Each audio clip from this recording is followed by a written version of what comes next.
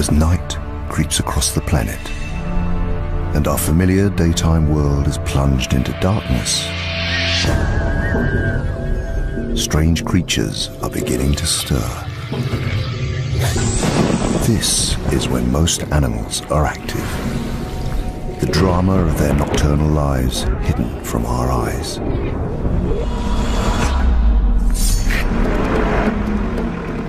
Now, a team of scientists and filmmakers is on an expedition to the remotest parts of South America. Whoa, whoa, whoa. What is that? Armed with specialist technology, they will attempt to discover the secrets of the night. Holy... I'm getting it. She's hunting. It's a journey into the unknown. I shouldn't really be out here alone. A world where we are blind. Please, don't leave me up here. I don't know what that is. Technology will reveal it as never before. No, right now is the most dangerous time to be out here. He will attack you. The mysteries of life in the dark. Don't run.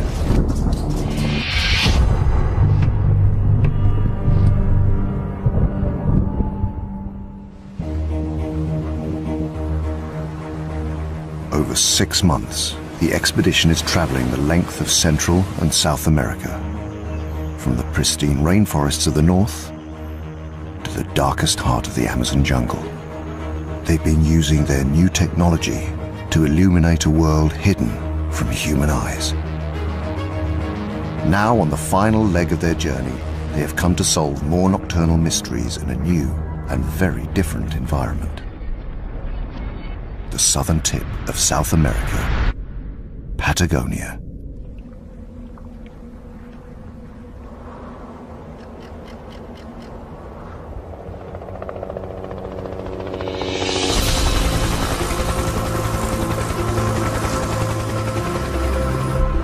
Bryson, we're going to head off now. We're going to check out another ridge line. All right, we're going to take the other road and loop back around. That makes sense, because we're going to carry on in this direction. Heading up the team of wildlife experts is biologist Dr. George McGavin.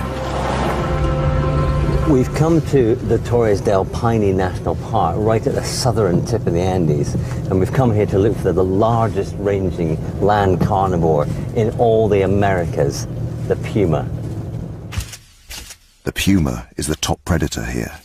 They're a crucial part of the mountain ecosystem, but their behavior has been little studied. We're pretty sure we know what they do during the day. They sleep. But what a puma does after dark is a black book.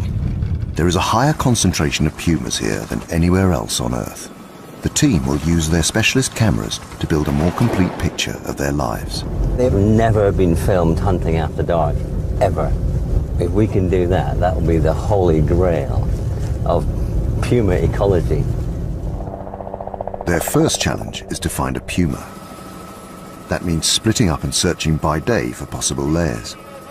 3 miles from George, nighttime camera specialist Justine Evans scans from the air. So it's huge, huge area. And there's a series of ridges and valleys, lots of lakes, endless little rocky outcrops where pumas could hide away. Justine is guiding a third team member, biologist Bryson Voirin, the expedition's tracker. You know, the most difficult thing about this place is actually finding a puma. It's like looking for a needle in a haystack, except this needle is moving around. Bryson has spent years studying nocturnal mammals. If he can identify where pumas are hunting, then Justine can return at night to film them. Be careful in there. You don't want to corner a puma or scare it. Justine, I'm seeing lots and lots of game trails here, so it seems like there's a lot of activity with animals. By working in different areas, the team hope to maximize their chances of finding a puma. I'm just looking for anything I can see, tracks or signs, bits of remains of animals, anything that will hand us a clue. You know, hunting animals, you have to be sneaky, you have to have a strategy to catch whatever you're eating. And if you're doing it after dark, you have to have a special suite of tricks up your sleeve. Here, the puma's meal of choice is guanaco, an ancient cousin of the llama. They are constantly alert, almost impossible to hunt by day, but at night, they are vulnerable. Ooh, wait.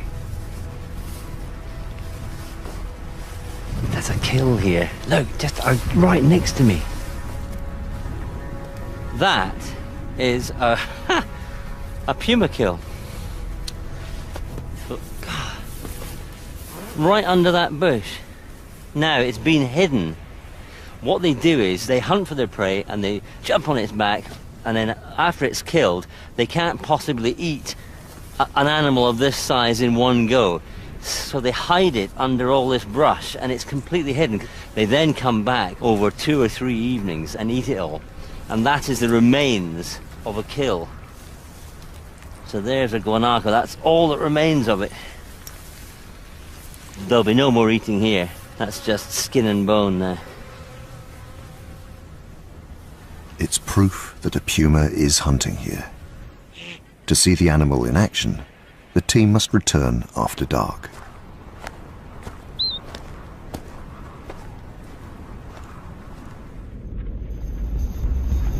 "300 miles south in the Magellan Strait, a second part of the expedition is underway. Wildlife cameraman Gordon Buchanan will use state-of-the-art technology to shed light on a marine mystery in these rich waters. It's probably one of the most treacherous bodies of water in the world, but it is also one of the most unique marine environments. And the reason being, we've got the Atlantic and the Pacific coming together right at this point, and what that leads to is a biodiversity on an epic scale. You've got creatures in this water from the very smallest to some of the planet's biggest. One of the largest is the humpback whale. Whoa, big humpback whale just here. Spectacular. And there's more, just here, maybe 300 meters away. Most humpback whales pass quickly through the Magellan Strait. This group chooses to stay here for 3 months of every year. So little is known about what takes place during the day under the surface of the water, and absolutely nothing is known really about what takes place at night time. Gordon hopes to solve a puzzle that has mystified the scientists that study these whales. They can hear them coming close to shore at night, but can't see what they're doing. Gosh, look at that! Gordon's specialist equipment could give them the answer. We have an arsenal of cameras for filming at night time. We've got thermal imaging cameras, we've got infrared, we've got low light cameras. Pretty much nothing can take place at night time without us being able to film it in some way. Using this technology to film whales at night will be a first and could open up a whole new world. So it'd be good to get into the water and find out what those humpbacks are doing at night, if they are doing anything. And that's why we're here, to get out there and just try and answer some questions. Whoa! Unbelievable.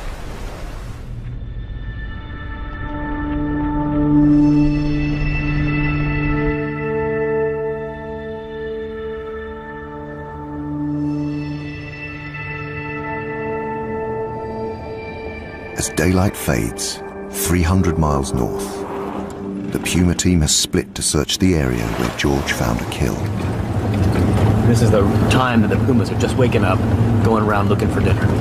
It's a really good time to see them walking along the hillsides or in the valleys. Tonight, we've got all 3 teams out in separate vehicles and driving all the tracks. We're just throwing everything at it tonight, getting everyone out there. It's a large area. We need to spread out as far as we can and to use a variety of strategies if we're to see anything good.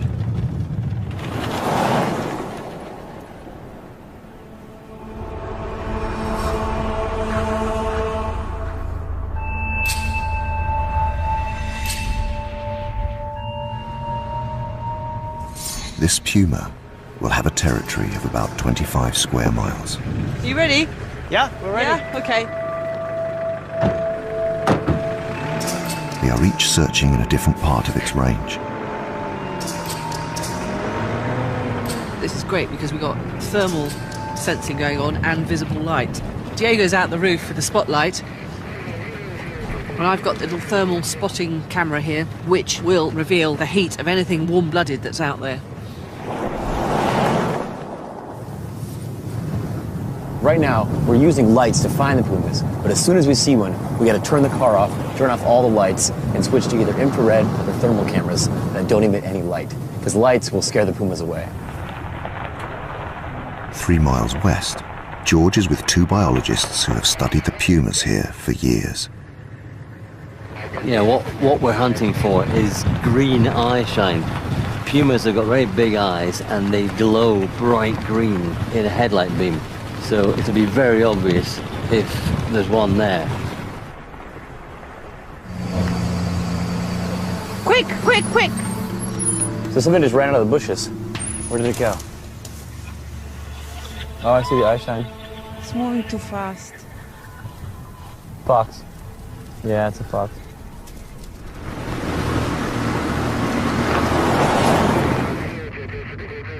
While Bryson and Justine continue their search, George leaves the safety of his vehicle to check out a ridge above the road with a military spotting scope. There's definitely eye shine over there. It was just by that rock. Right there.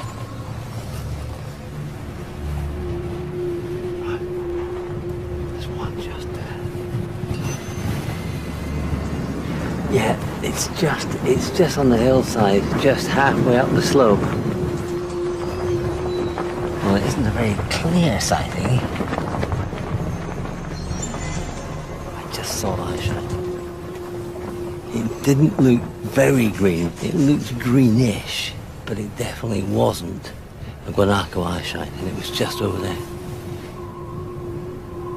If it is a puma, then I'm right on the top of this ridge. I mean, it's obvious he'll go. The animal heads down towards the road. George radios biologist Rodrigo, waiting in the vehicle below. I just thought I saw a moving spot on a slight slope just southwest of you. Okay, perfect.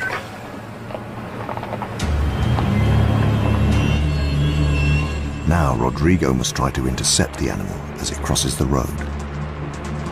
Stop. Did you see something? The binoculars? Yeah, it's a puma, Christina. Absolutely 100% puma. Okay. This is great for filming. Give me the radio. Rodrigo calls in Justine, who is 2 miles away searching on a different mountain track. Rodrigo, how are you getting on, over? Oh, yeah, we just spotted puma. Quick, it's just here. Perfect. Okay, we're on our way. Let's go. Let's move on. Great news. The challenge now is to stick close to the puma. With luck, Justine will get there in time to film its behavior at night.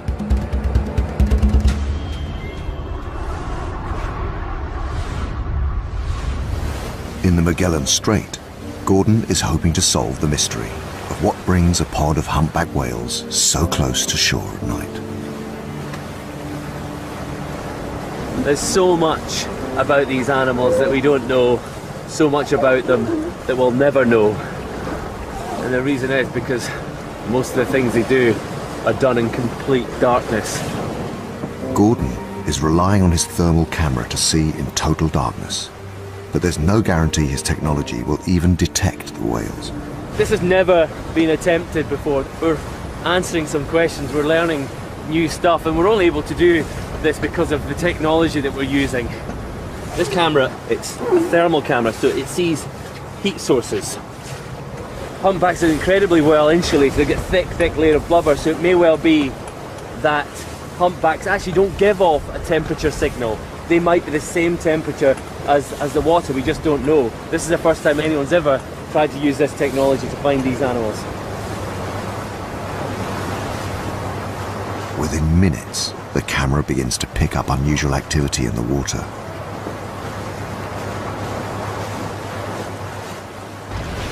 Oh, there you go, you can actually see. Oh, you can see its tail splashing in the water there. That's interesting. There's this huge cloud of white vapour, and the reason it's white is because it's hot.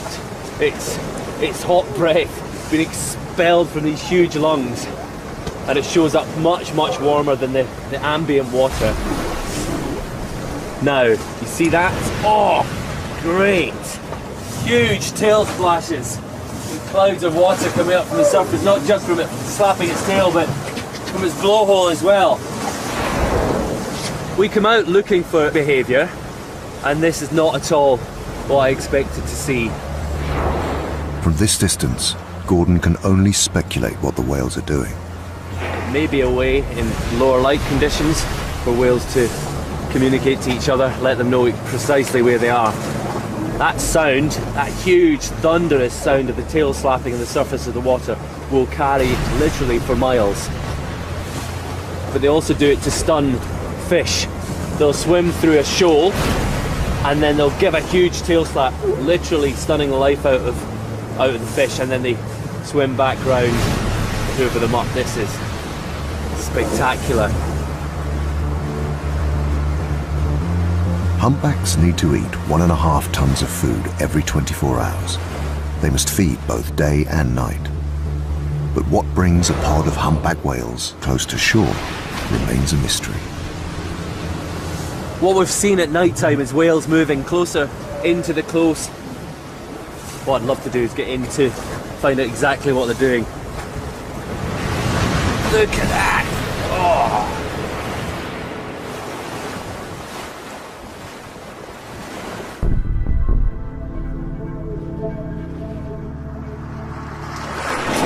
In Torres del Paine, the Puma team has found their cat. Now Justine wants to see just how it operates in the dark.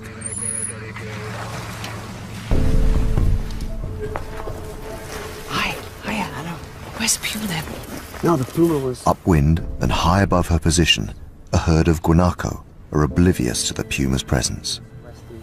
Yeah, this is a good scenario. Got loads of guanacos over there.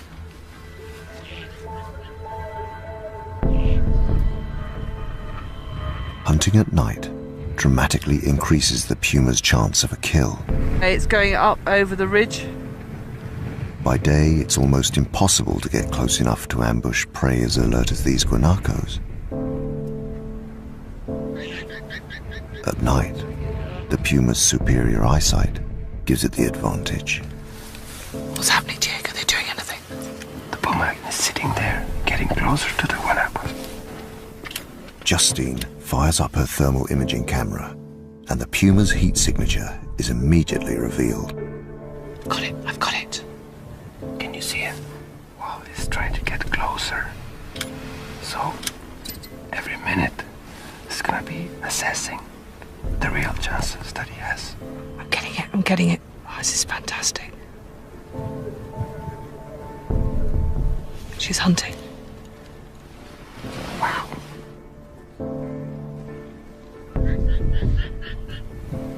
He's putting each paw down really carefully.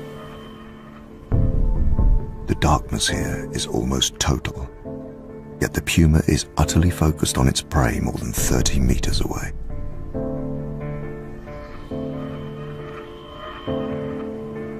But he's perfectly equipped to be hunting at night like this.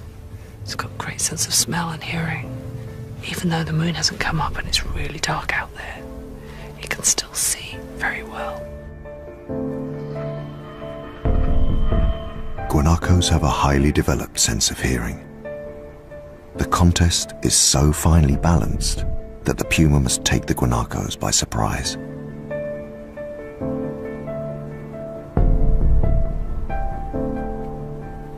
He's in full hunt mode. It's an amazing sign. Yeah, it's waiting for the moment, for the right moment, but any mistake, and it's gone.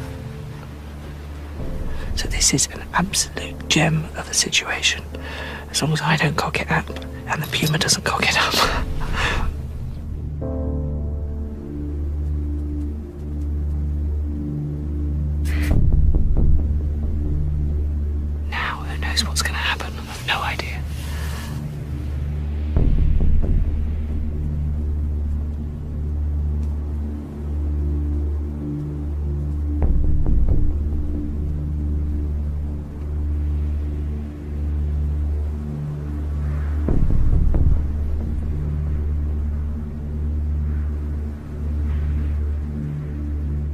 puma is about to make its move.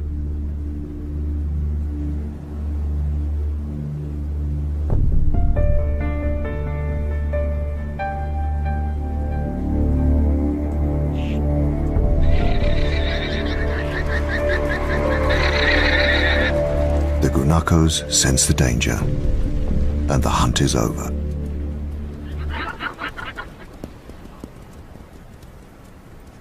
That was such a shame. It looked like he had got everything right. Then suddenly, bang, they were all going. It makes you realise just how hard it is for a puma to hunt.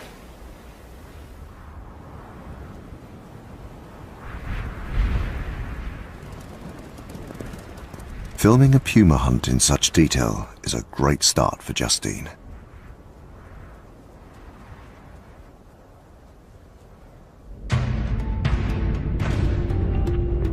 George is traveling 2,000 miles north to solve another mystery. He's come to the Atacama Desert. Well, the Atacama, where we are now, is probably one of the most inhospitable and dry places on Earth. There are parts of the land here that have never had rain ever in recorded history. I mean, it's that dry. Almost nothing can survive here, but one nocturnal mammal is thriving, and George wants to know why. I'm heading to this island, which is just a short way off the coast, and it's believed to have a colony of vampire bats, and that is really what I want to see. And they're only active and they only fly when it's totally dark.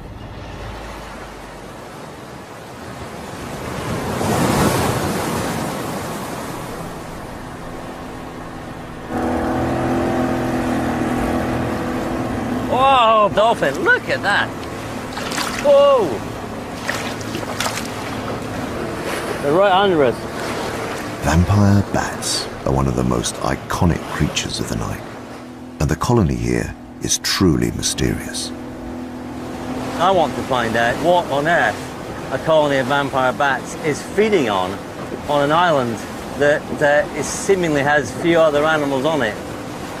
And it looks pretty inhospitable, but clearly there's enough there for vampire bats to eat. To help him, he's calling upon the expertise of biologist Marcelo Flores and wildlife camerawoman Sophie Darlington. Everything is actually completely fine. We put everything in dry bags, so all the kit's protected.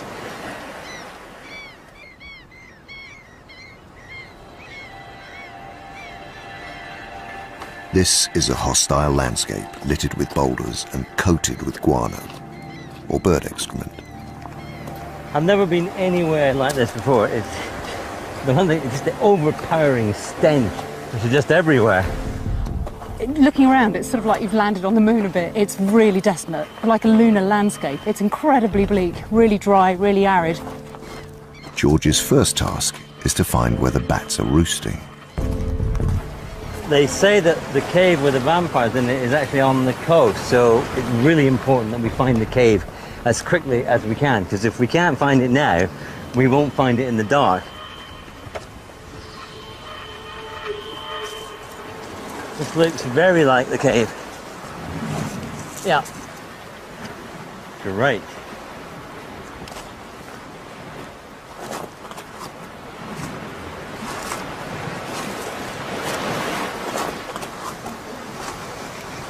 Smell is very different. That's not guano smell, that's something else. That's not nice. That really is not a nice smell. Acrid, that's urea, uric acid, really intense urine smell. And the rocks are really slippy with bat droppings. That's just absolutely thick, running down the wall.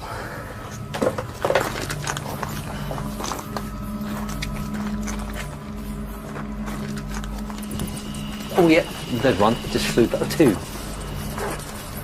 Oh yeah. There's about 8 vampire bats just looking straight at me. 9, 10. Oh, there's more up there. This is the first time I've ever seen a vampire bat, and it's, what, 6 feet away from me? That is amazing. Oh. These tiny bloodsuckers don't use their eyes to find their victims. Their eyesight is fairly good, their hearing is good, they can echolocate, they have infrared pits around their face which that they can sense the really hot part of the animal where the blood flow is highest, and they have teeth that are just razor sharp, and they just hack off a flap of skin, and as the blood wells into it they just suck it up with their tongue, and they have a little groove on their lip here which they press against the wound. And of course they introduce anticoagulants into the bite so that the saliva, it makes the blood flow, it just flow and flow and flow.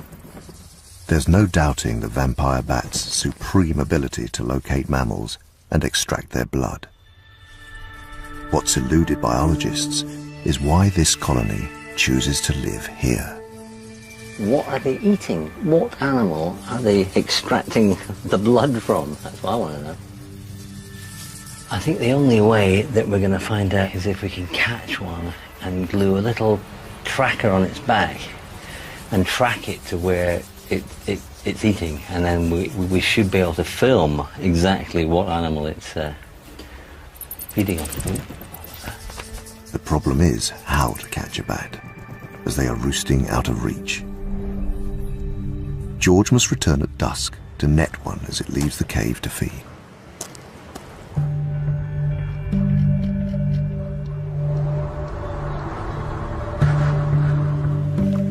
Back in the Andes, the Puma team prepares for dark. Okay, ready. Ready. Rough. They've had a good start, filming a puma hunting. Now, Justine wants to spend more time with this secretive predator. What we really want to find out is what pumas actually do during the night. And that is when they do everything that pumas get up to. And we're going to need quite a lot of luck. But we're hoping to see some unique behavior.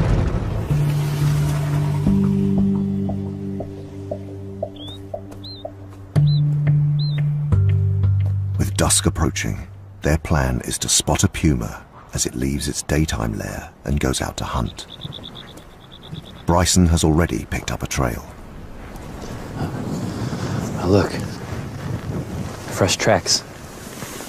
Right here. There's another one right there. Look at that. Wow. That's a good one. Here's a nice paw print right here. It's big, but it's not huge. You know, a full-grown adult would be a bit bigger, about the size of the middle of my hand. So it's a teenager. He's been walking right here. And that's a pretty good span between footprints. Yeah. He's a pretty good size, though. He's not little.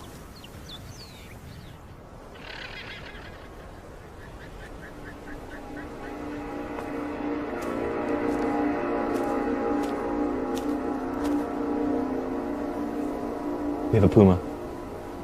There's a puma right here.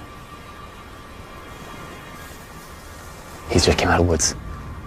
Okay, he's walking along the edge. There he is. Wow. He's right there. Huh? He's looking. Nobody move. Everybody stay still. There he is, right there. He's walking in the brush. What's amazing is he's not making any sound at all. I can't hear him at all. God. I mean, he's an absolute silent hunter. Pumas are at their most dangerous when they haven't eaten for several days. He's hungry and he's looking for a meal. So I really gotta be careful right now. The last thing I need to do is act like a prey animal. Under no circumstances can I run. That's the worst thing to do. The thing is, you don't hear a puma coming. If you're lucky, you see it. Should it choose to, this puma is more than capable of killing a fully grown man. Don't run. Don't run. He will attack you. He's just staring.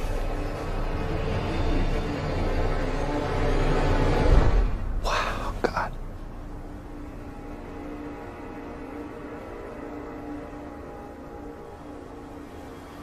You know, this is the top predator.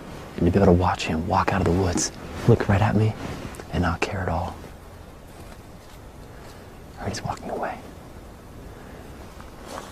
That is the most elegant predator I've ever seen. What an incredible animal. God. No, the dark doesn't belong to us. It belongs to the pumas.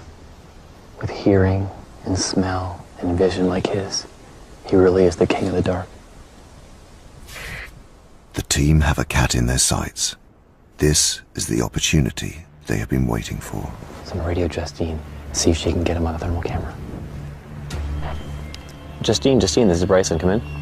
Hi, Bryson. Can you hear me? Over. We just found a puma. We're on our way to you. Over.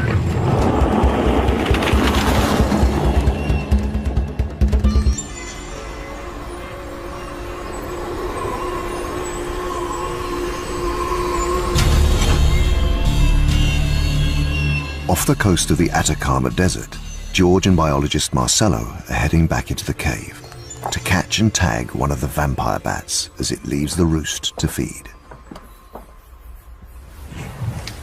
Because they're so closely grouped together, I think it would be quite easy to catch one. Because in the melee, as they fly off, one of them will surely go in the net. That's my theory anyway.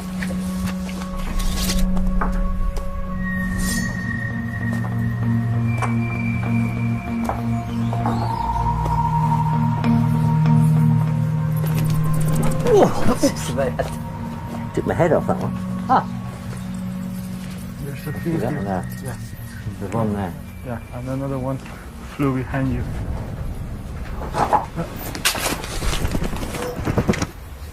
Is it there?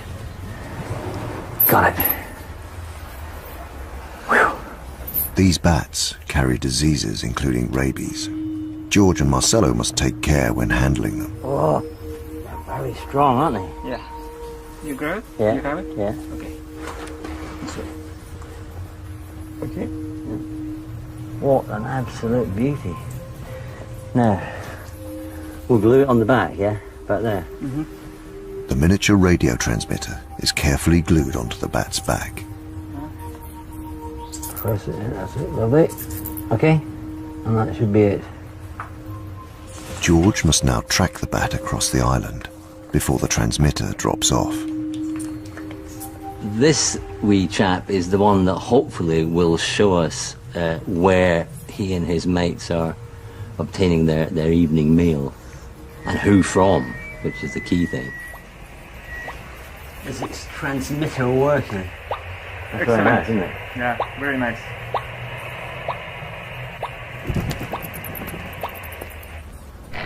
Yeah, I can hear you good. I just found I think... Justine and Rodrigo are on the trail of Bryson's puma. Right here.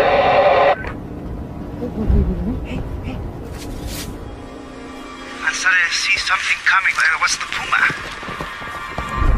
Incredibly, the puma passes just meters in front of Rodrigo. I saw it. I saw it run across the road in front of you. Oh, that was extreme, actually. I'm nervous now. I'm trembling. It was really, really near. And it ran off over the hill, clearly hunting. And then I heard all the guaracos just alarming. You could hear them all just going. And we can't see the puma now.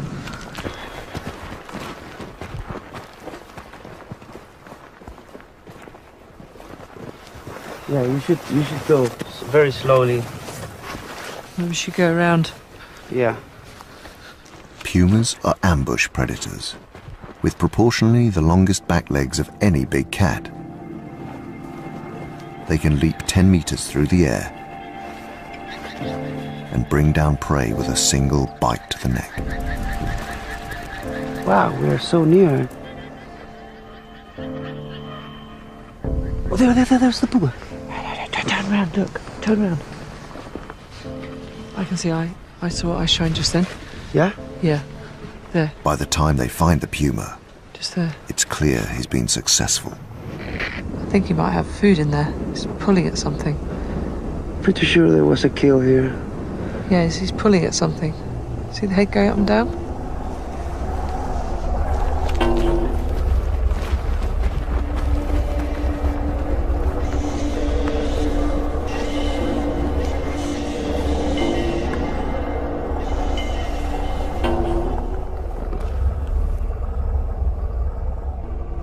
wow, this is incredible, wonderful. This is a one-off, unique experience. It's absolutely amazing. We are right next to a puma on a kill, literally meters away. And we are so close, we can just hear him crunching the bones, pulling at the meat. He's just completely absorbed in feeding, not bothered about us whatsoever. It's only been possible to capture these intimate moments of nocturnal behavior with Justine's specialist cameras. He's probably going for a snooze.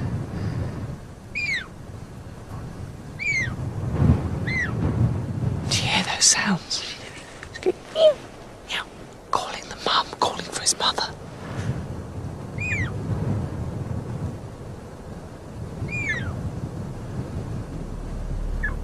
Which means we actually should really have a good look round, because if the mother's turning up, we are in trouble. The mother is far larger and more powerful than the juvenile. It's time for Justine and Rodrigo to leave. To film natural behavior, Justine needs a safer way to stay on a kill.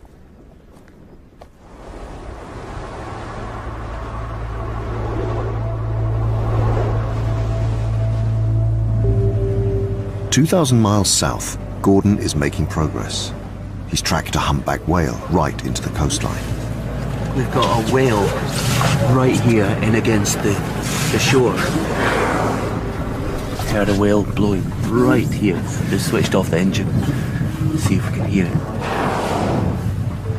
It might seem a strange place for a whale to be so close to shore. Gordon's hoping to discover why whales come into such shallow water, but his hopes are dashed. With a humpback so close to the boat, it's now too dangerous for him to get in. Going in with a 35-ton animal in there, it's a bit scary. It's dealing with a set of circumstances that it will never have seen before, and we just don't know how it's going to react, and we can't take that risk. Gordon will need to wait until the whale has moved off before getting into the water to discover what was attracting it. We should hear it blow if it's close. Can't see anything.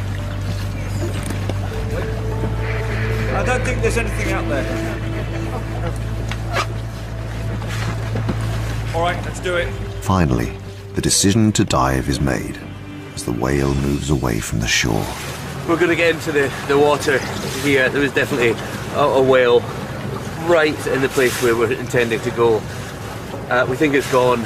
They are an enormously powerful animal. If it comes back, I think we just have to get out of the water. Happy for me to get in, Richard? Yeah, good to go. Here goes.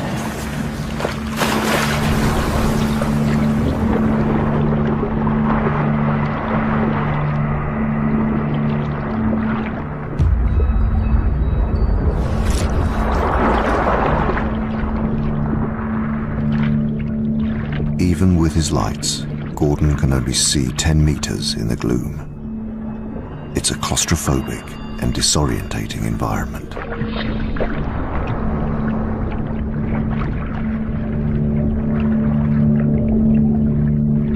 Beneath the surface lies a thick maze of kelp, immensely strong strands of seaweed up to 30 meters long.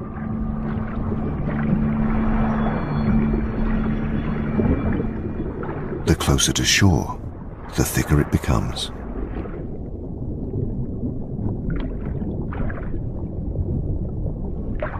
Whatever it is that's attracting the whales is hidden deep within this impenetrable forest.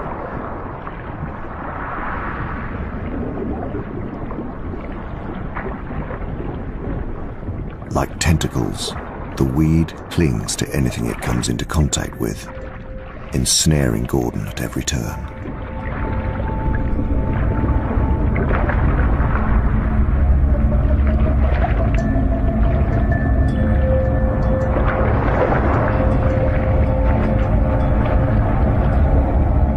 He has to abort his dive.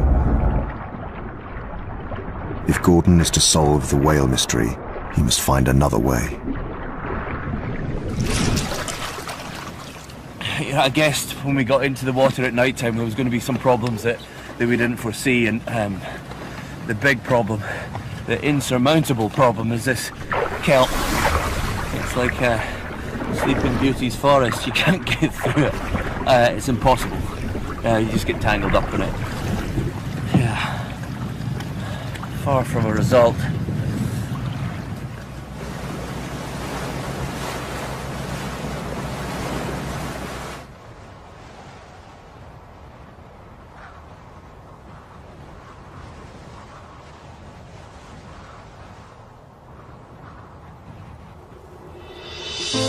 With 2 days left in the Andes, Justine still wants to spend more time with a puma. Her best chance is to stake out a kill. Condors circling high overhead are a hopeful sign.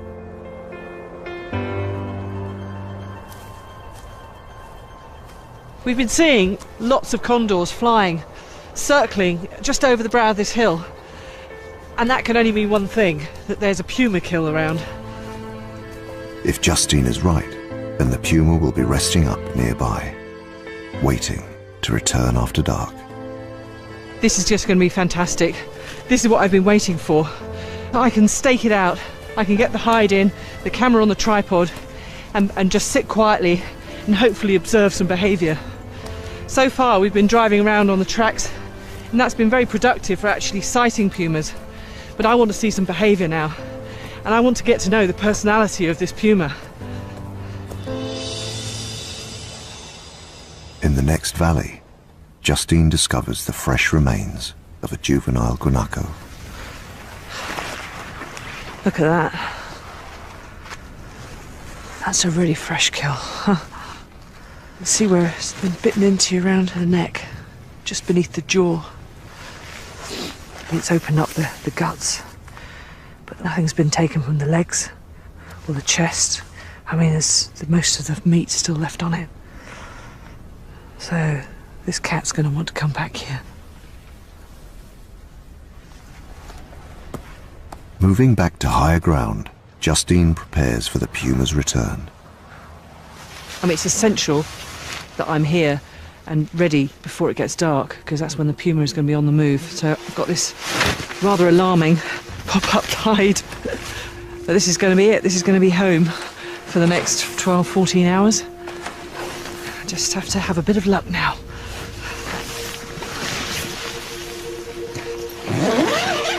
Justine has filmed big cats in the wild for over 20 years, but has only captured glimpses of pumas. Now, for the first time, she is hoping to spend the whole night with this elusive cat, documenting its natural behavior around a kill. Just changed from the daytime camera to the nighttime camera, and there's a puma out there. Wow, it's right on the kill already. It just goes to show, doesn't it, that the moment it started getting dark, there came the puma. Starting to feed. Excellent. I can see that he's a male. So strong in the way he's just pulling at that guanaco.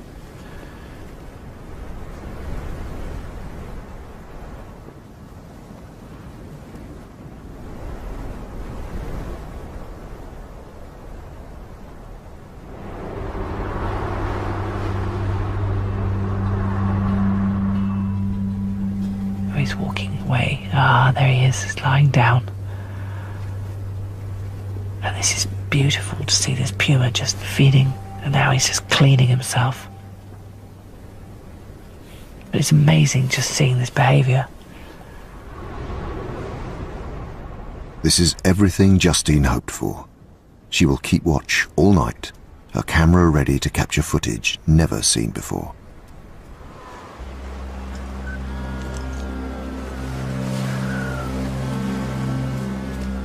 Back off the coast of the Atacama Desert, the vampire bats have left their roost to begin a night of feeding.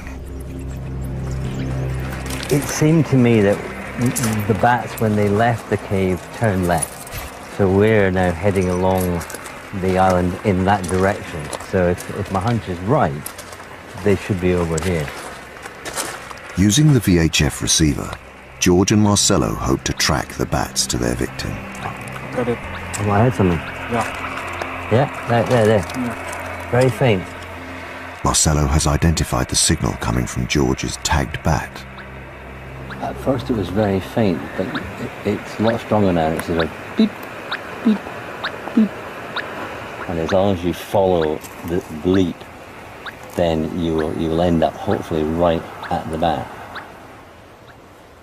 Following the signal for over a mile, George is getting closer to discovering where the bats are going to feed. And on what. That's very strong now. Sea lions, I can hear them. I can hear them, look.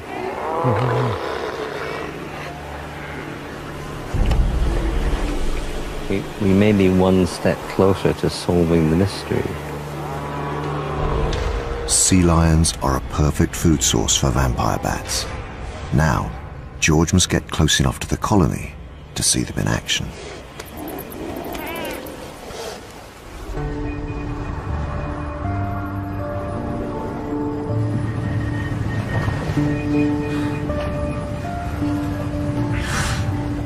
Further south, Gordon is getting closer to solving the puzzle of why the humpbacks are coming so close to shore. I thought I heard something back that way. There's a humpback. Feel it close by, I can't see it yet, just heard it. Breathing. Right here, look, whale here. Oh, you see his pectoral. He's going to come up again. Got a humpback whale just in front of us, less than 25 metres away. The whale is deep inside the kelp forest that entangled Gordon earlier. The camera reveals that despite the current, the whale is not moving. It can't be feeding. The kelp is too dense. But the whale has deliberately chosen to be here, and Gordon has a theory why.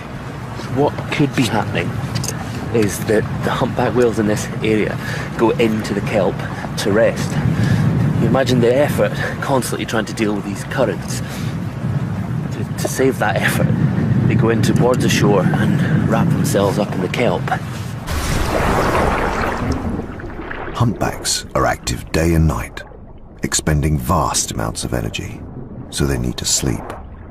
But for all whales, sleep is a challenge. Humpback whales never truly sleep. They shut down one half of their brain at a time. For a humpback whale, breathing is a conscious effort. They have to think about every single breath. For us, it's an automatic response. You hear that big puff? That humpback is saying, I have to breathe now. So they can't afford to go to sleep entirely. They close down one half of their brain, rest that half, wake up that half, shut down the other side, and that way they get a full night's sleep. Oh wow! Holy schmoly, look at that! Whoa! Incredible. By wrapping themselves in the kelp, this pod has found an ingenious way of conserving energy while they sleep.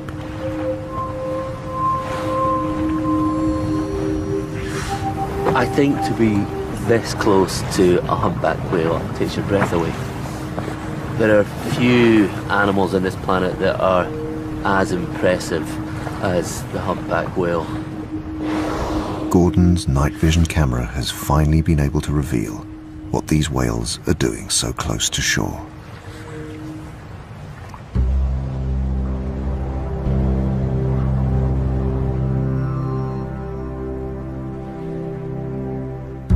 In the Andes, Justine has been watching the puma for 6 hours. Most nighttime encounters with these predators are fleeting. She's lucky to immerse herself in this cat's world. It's just wonderful using this camera. I have no lights on, just sitting here in the dark. So it's not disruptive at all. I think, are really going to see exactly what he wants to get up to with his kill. But for now, he's just having a snooze. Big cats spend much of their time sleeping. The puma only stirs as a storm front begins to move across the valley. It's gusting at extreme speeds, and I'm not sure whether this hide is just going to blow over. Oh my god. I swear that the tent's going to fall in. Oh, Puma. Puma's got up. What's he doing? Can't be hunting. He's still got a big kill there. Oh, he's chasing some. He's probably just trying to keep warm. That's great.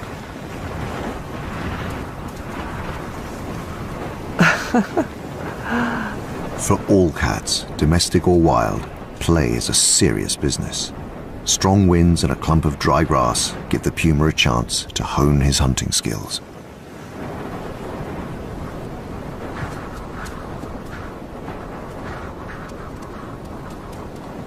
He's playing with it, just biffing it.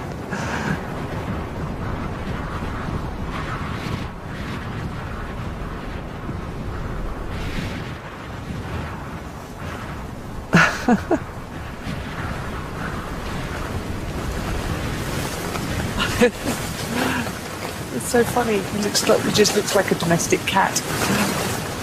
It's like a secret little view on his life. I guess if he does this, sits here by the kill, just cleaning himself and sleeping, nothing else can come in. He's dominating it all night long.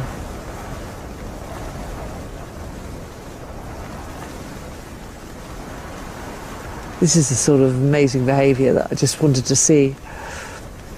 Just the cat alone, blissfully unaware of it being filmed, doing what it does in the night. I just really feel I'm seeing the true side of the puma.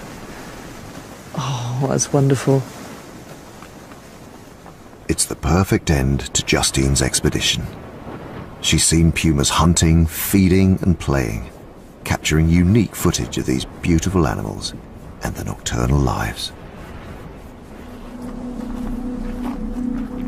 In the Atacama Desert, George has called in wildlife camerawoman Sophie Darlington. Her thermal camera will be able to capture the vampire bats feeding. What we need to do to nail it is to see them feeding. That would be extraordinary. That's it. George has tracked them to a sea lion colony on the far side of the island. It could be a perfect source of blood for the bats. We're coming down here. It's going to be absolutely awesome. That would be incredible. Sophie's night vision cameras should provide the answer. Well, we're just waiting for the bats to arrive. We're almost set up now. So any minute now, the vampires will be flying. Soon after George and Sophie arrive, so do the bats, flitting close to them, attracted by their body heat. What do you got? Let's see. Come on. Okay.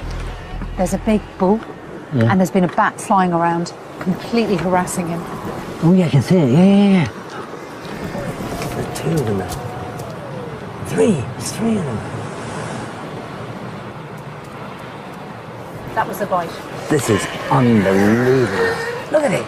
It knew it was And there's there. one at the back. There's one more right than there. one. The bats are all over them. All over them. They're following it. Look. There's a vampire bat. Look, it's just following it up behind it. Look at it. It's right on the bank. It's just unbelievable. So they are feeding on sea lions.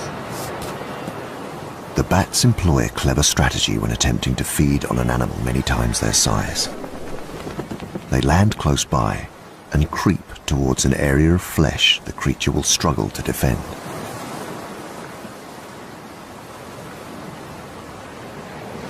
They're attacking from the rear, and the sea lions know they're there, and they keep putting their head up. And as the sea lion moves, they just keep following it. And the poor sea lions are being harassed. I mean, they really are aware of Look at him bats hopping, there. George. So it dispels the myth of the the sort of animals having a quiet sleep at night. They're not. It's torment. It's absolute torment. They must be exhausted in the morning. These bats, they're completely and utterly just going for it. One's just been hit by that wave. I just can't believe what I'm saying. Weighing 40 grams, each bat can consume half its own body weight of blood in a single feed, lasting up to 20 minutes. Is that a hot spot there? Is that the hot spot? That's where it's been. We can see the wound. Good grief. We can see the wound on the flipper. Only the thermal camera can reveal this extraordinary behaviour. The bats are going into the rear end because that's where it's hottest, and you can really see that in the thermal camera. They're very, very bright, which means the blood's very close to the surface, so easy access for the bats and an easy meal, I'd reckon. To see the wound, the heat signature of the wound left by a vampire bat on the flipper of a sea lion in pitch darkness, that is truly awesome. It is the last of the team's mysteries solved. Now we know what's happening. That's why there's a permanent colony of vampire bats here, because there's a permanent colony of big, fat, blood-filled food bags for them.